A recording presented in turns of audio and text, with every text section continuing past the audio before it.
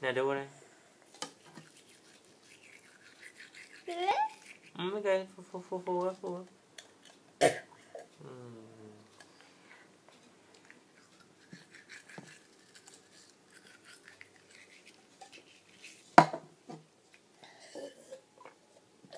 Rồi chụp mày.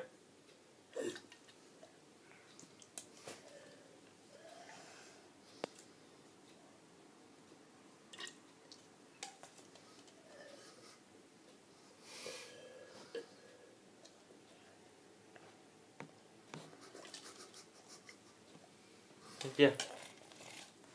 Chụp nhanh mới hết rồi, chụp còn ít nữa, chụp cái uống một cái cho mẹ.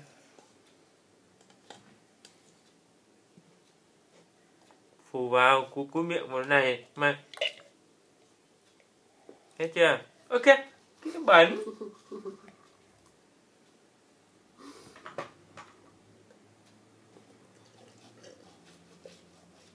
Nào đưa cốc bún nào.